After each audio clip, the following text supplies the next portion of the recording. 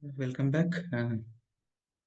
We are going to discuss about now what is we have discussed about the chromosome structure and everything and types of chromosomes but in this class we are going to discuss about a very important topic, how actually the chromosomes are formed. This is the basis of formation of the chromosomes, and in prokaryotes how it is formed, and eukaryotes how it is formed, and what are the levels of packing, and what are the proteins involved in it. And today we are going to discuss about all those things. Means like we already discussed like the chromatin protein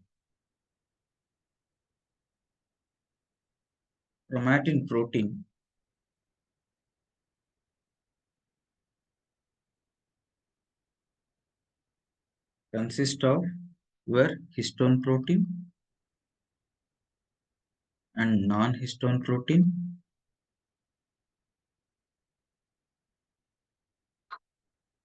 What is histone proteins? We will discuss, and what is non-histone protein. So we will discuss, and how our DNA is arranged in these histone and non-histone proteins, that we are going to discuss.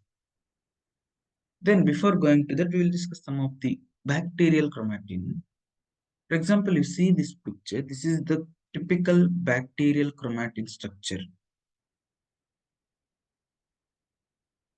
This bacterial chromosome consists of central core. See, this is the central core held together by RNA DNA interaction. This is very important. This central core is actually held together by RNA and DNA interaction.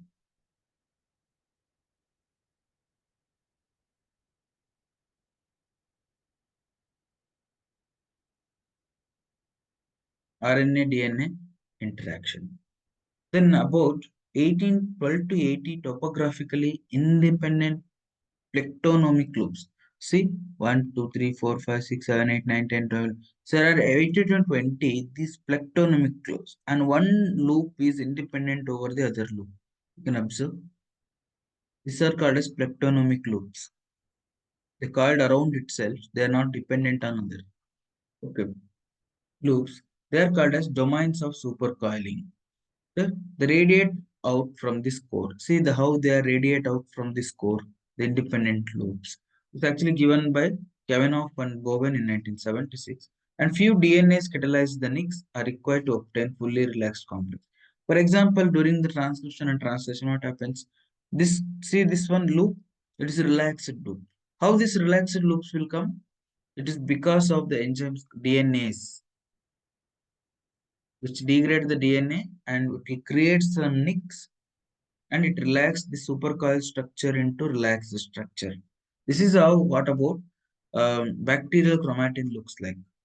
While summarizing, it having a central core, which are this core is held by RNA and DNA interaction, and then we have several 18 to 20 independent plectonomic lobes is coiled around itself.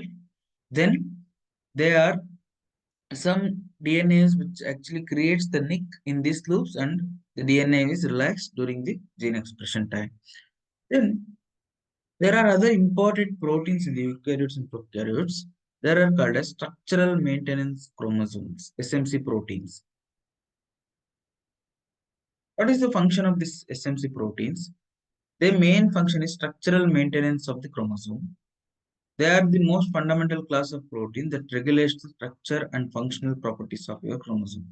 Where organization of chromosomes from bacteria to humans. See this held this is held by SMC protein, and in chromosomes also it plays very important role like chromosome segregation during both mitosis and meiosis because of this SMC protein, and chromosome wide gene regulation is also because of SMC protein, and it helps in the recombinational repair. It's very important that we have discussed like non-homologous end joining repair, homologous end joining repair. They're all called as non-recombination repair, where your SMC proteins are play very important role. Then, when it is comes to the DNA packing, see that for example, DNA is a very long, lengthy compound. We need to pack. the DNA, the long DNA into short structure so that we can accommodate in our small nucleus. How we can do that? Like how the cell is do that? First, the DNA is wrapped around the histone proteins that we will discuss what is histone protein, what are the types of histone proteins, and they are coiled. This DNA is coiled around this octamer complex. Then again, these coils are again looped, and again there is a formation of the chromatid and the chromatid held together called as chromosomes. We will discuss in detail about how each steps will take place. For example, before going to that, we need to understand what is this nucleosome. This is a octamer complex is called as nucleosome. Nucleosome is fundamental structural and functional unit of chromatin. It's actually given by Roger Korenberg in 1974. He told that the nucleosome consists of 146 base pair of DNA is wrapped around 1.65 times. It's an octamer of small basic protein called a histone.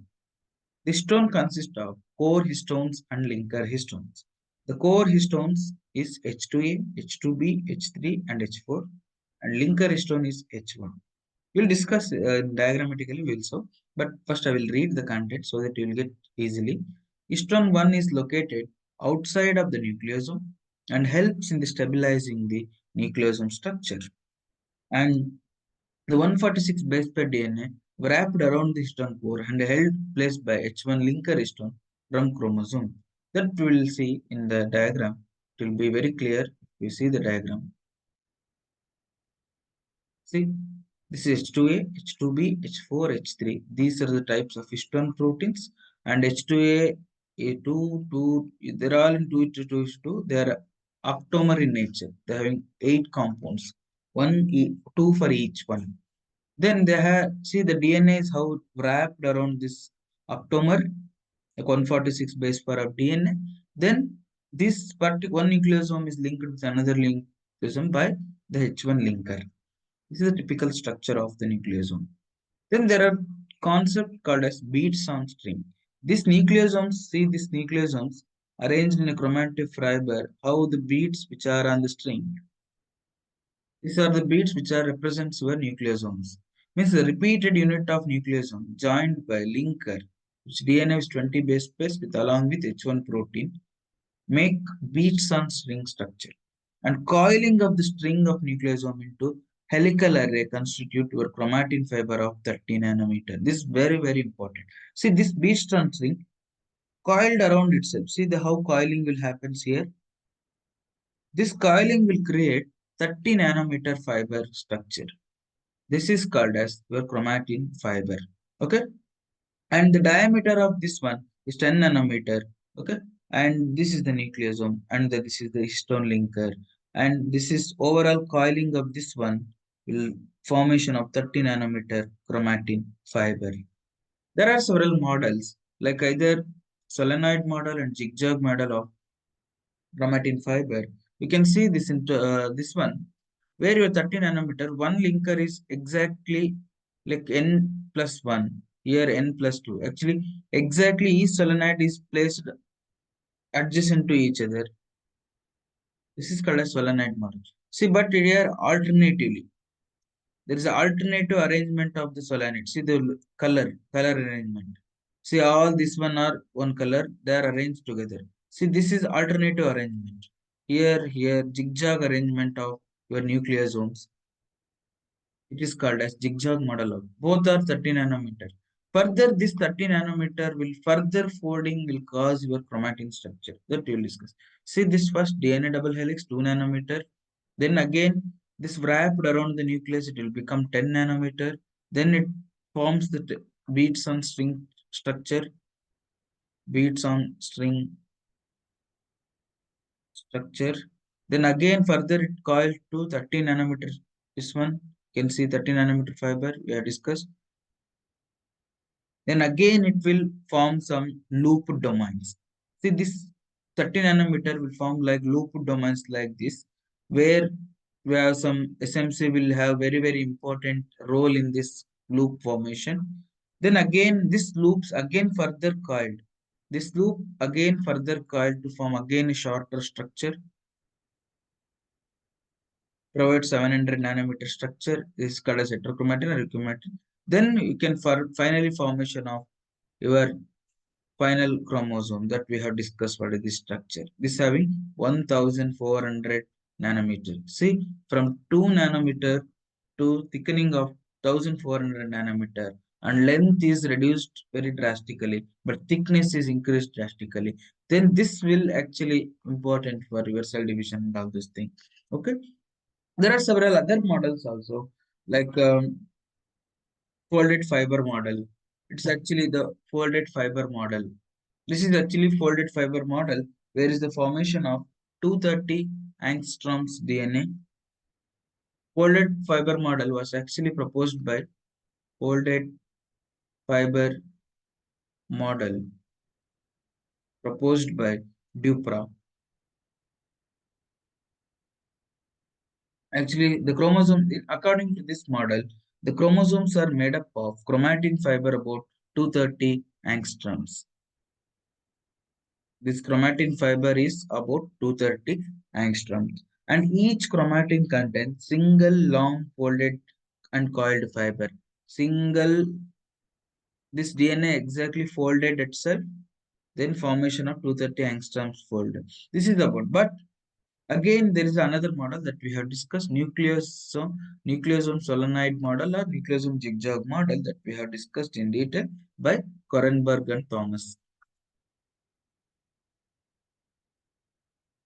Terms. But mostly accepted is what we have discussed now, nucleosome solenoid model. This is the most accepted model of chromosome packing. Okay, this is about the how chromosomes are packed in bacteria and the chromosomes packed around the your euchromosome, euchromatin, sorry, eukaryotes. Then we'll also discuss how exactly the different types of chromosomes are present.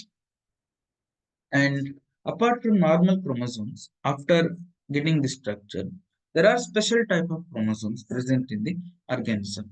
They are called as B chromosomes. They are also called as supernumerary chromosomes. Means by definition, we can say that B chromosomes are extra, non-essential chromosomes found in some species like maize. They are not the part of your standard chromosome. That is called as normal set of standard A chromosome. And it's asked in many times in the exam. Remembering each and every point from this part is very, very important. What are the characters of this B chromosome? They are present in addition to the normal chromosome set, and they do not follow Mendelian inheritance. That very, very important. Many times it are asked in the exam. B chromosomes are the special type of chromosomes, and B chromosomes they not follow Mendelian inheritance. Both statements are true. Okay, that you should know. Then often they contain repetitive DNA and the few functional genes. And they can be harmful, or it may be neutral, or sometimes it may be beneficial. It depends on species. In some species it is harmful. In some species it's neutral. It will do nothing. In some species it will be very beneficial.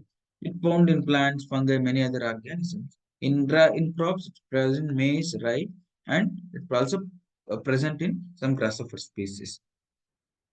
Then another special type of chromosome is polytene chromosome. You can see in the picture, there will be many chromosome longs for these chromosomes.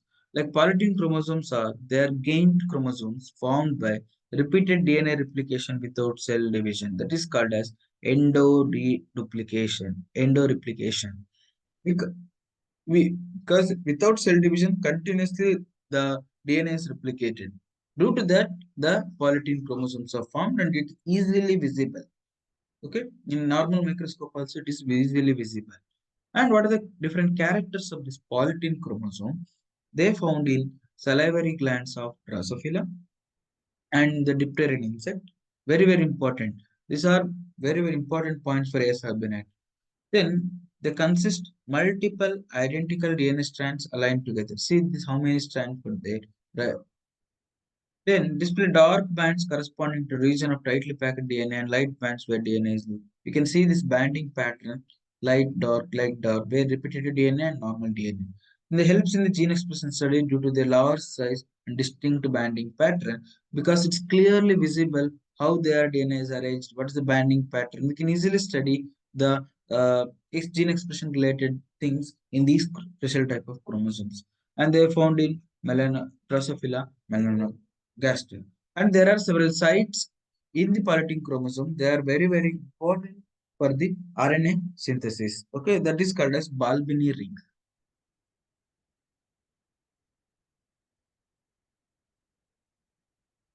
What is the function of these Balbini rings? They are actually having active site for RNA synthesis. In this one, they having an active synthesis of RNA synthesis. It's very, very important. Many times asked in the exam. Then um, another thing, another type of special chromosome is called as lamp brush chromosomes. See, this it looks like typical lamp brush where it is used to clean some of the this one. I think test tube also we clean with this one. See the lamp brush, how the chromosome arms are arranged in a lamp like lamp brush arrangement of the chromosomes. Why, where this actually, these are the chromosomes, they specialized chromosome, but appear highly extended due to active transcription. And they're mainly found in, very, very important, this many times asked in the exam, where the Lamprey's chromosomes are mainly found. They found on oocytes of developing egg cells of amphibians, birds, and reptiles.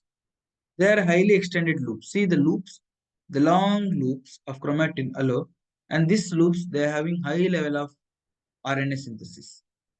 Okay, and these are very helpful in identifying studying genes activity during oogenesis. What are all the ribosomal RNA produced during oogenesis? How they are important in the growth and development of like embryo, and how this will be helpful in the production of embryo. These are different studies were conducted. But you just remember, Lamb-breast chromosomes are the special type of chromosomes, and the loops are actively active site for RNA synthesis, and they're having structure like lamprey like structure, and where it is present, they are present in the oocytes of the developing egg cells. And they found in amphibians like xenophus, like African flyed frog.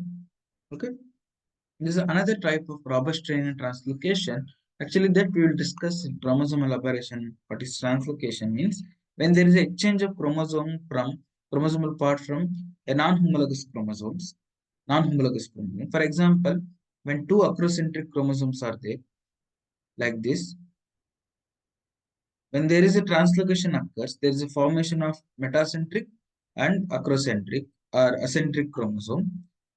This type of chromosome, this is called as robust drainage translocation. When two telocentric or acrocentric chromosomes, they fuse together to form a one metacentric chromosome, and this is called as robust draining chromosomes.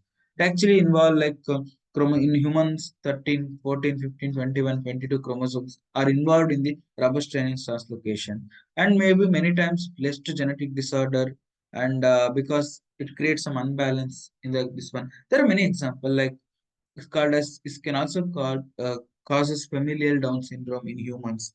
Okay, we will discuss when we discussing translocation with in detail.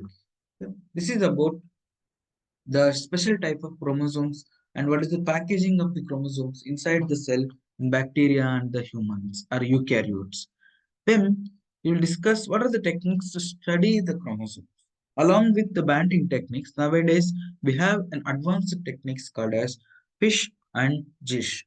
FISH means fluorescence in situ hybridization is a molecular cytogenetic technique used to detect and locate specific DNA sequence on the chromosome. It is wisely used that we have discussed n number of times. Like if you take your RFLP marker, if you take your any other like hybridization based markers, we are using typically fish only.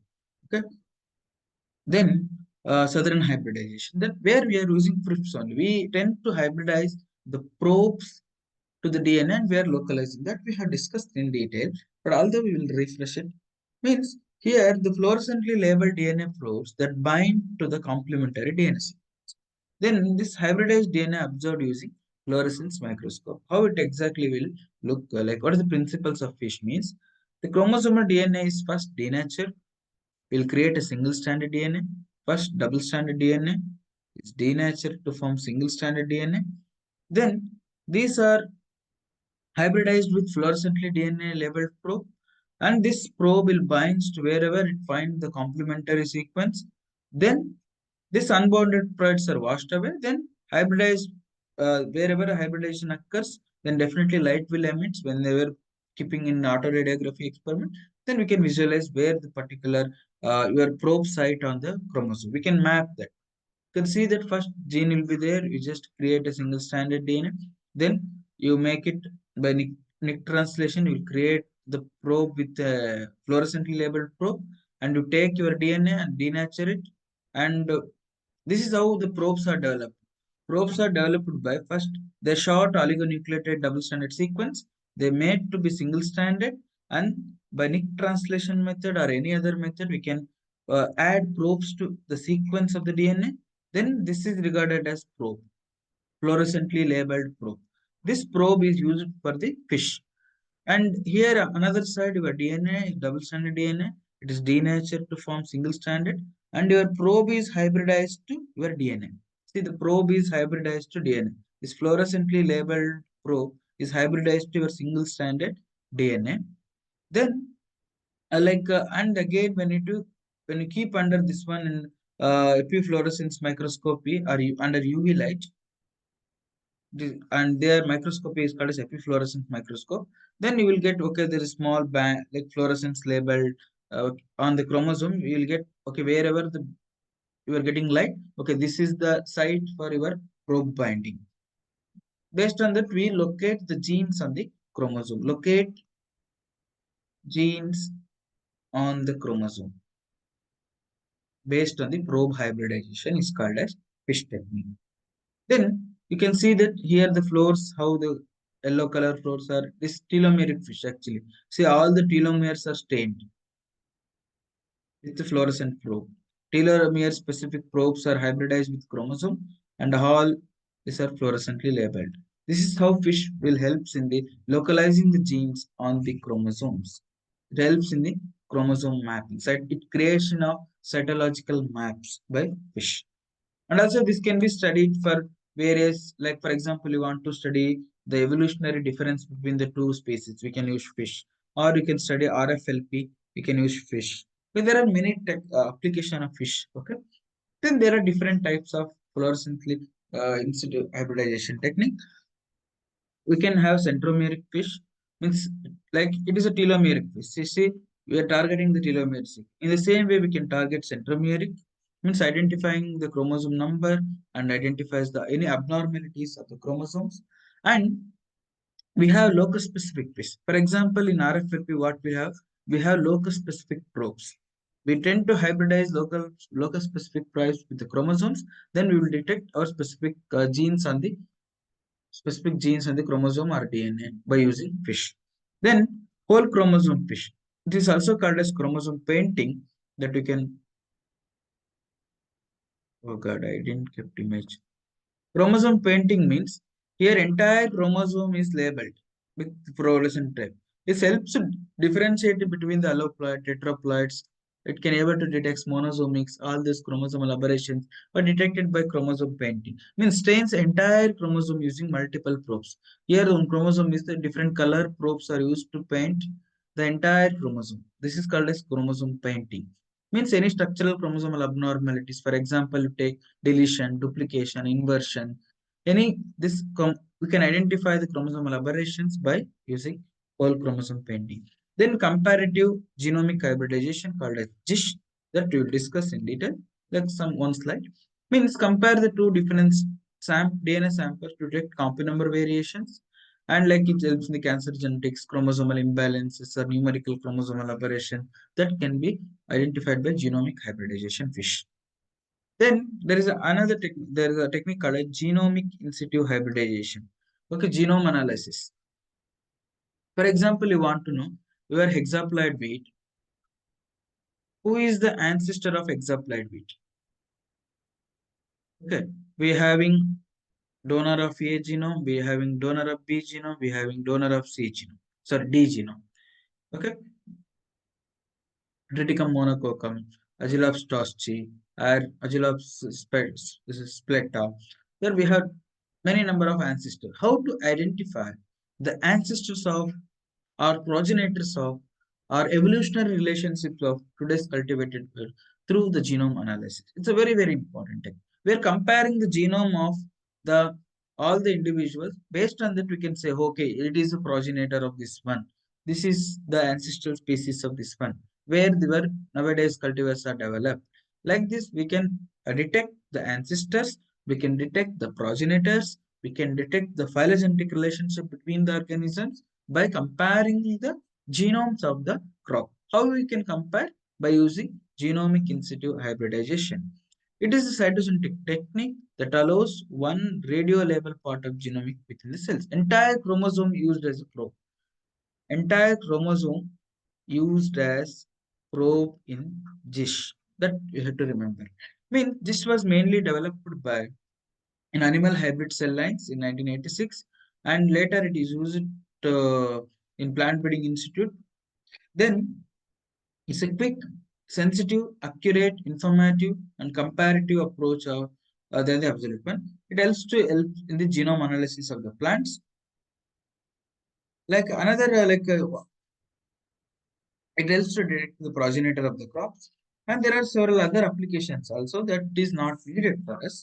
This is a complete difference of when we study the numerical operation, that we will discuss entirely about what is chromosomal this one, what is genome analysis, how it helps in the comparing the genomes of this one organisms, that we will discuss in detail. Then here another type is multicolor. Why? The another technique is called as chromosome painting, or we can use multicolor fish also. Means here chromosome painting involves the use of fluorescently tagged chromosome specific DNA sequences to visualize the specific chromosome or a chromosome segment by in situ DNA hybridization. For example, I did kept the pictures. Here instead of labeling the at the tin, okay, here for example yellow fluorescent is used. Here red is used. Red, green or pink. Different multicolor probes are used to paint the entire chromosome. To paint the entire chromosome, it's called as chromosome painting. For example, you want to know any structural deviation between the two species. Sometimes there is a large deletion in the chromosome 5 and there is no deletion in the chromosome 5 of the another species. How do you compare? We can compare by multicolor fish or by chromosome painting. Okay, because entire chromosome is fluorescently labeled and we can compare the color difference between the two species chromosome so that we can detect any changes will happen in the two species or not. And also it also, like as I told, the GIS is helpful in the genome analysis of the crop. For example, you want to know, like as I already discussed, you want to know the parentage of the cotton. You know that today's cotton is from the Gossypium Turberi and Gossypium arboreum. How you know that? How you come to know that? Okay, arboreum is the only progenitor or ancestor of Gossypium so isutum, and how you come to know that Turberi is the only the progenitor of the your Gossypium hirsutum? Based on this comparison of the chromosomes, we just compare the karyotype of this organism so that we can observe. Either you can use fish, either you can use genome analysis. Okay, if it's complete hybridization is there between the chromosomes of the hirsutum and this one arboreum or turberi, we can say that okay, this will be the progenitor of the particular species. This is called as genome analysis to detect the ancestral relationship of the progenitor with the current species. This is about GIST and chromosome painting and fish and special type of chromosomes and the chromosome packing, the nucleosome structure and different banding techniques. Okay, this is completes your chromosomes, chromosome painting, chromosome structure, and types of chromosomes. And we will jump into the another important aspect of the cytogenetics is chromosomal structural chromosomal aberrations. Chromosomal aberrations. There are two types of chromosomal aberrations. One is structural aberration and is numerical aberrations.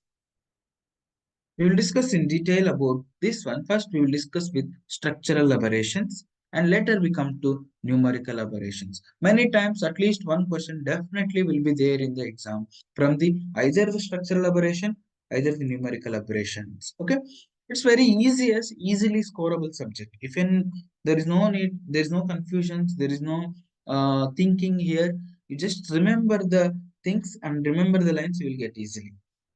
There are different structural aberrations for their deletion, duplication, inversion, and interchanges. Before going to discuss about,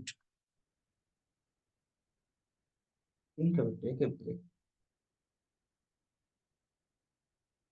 I will take 5 minutes break and I will continue the class.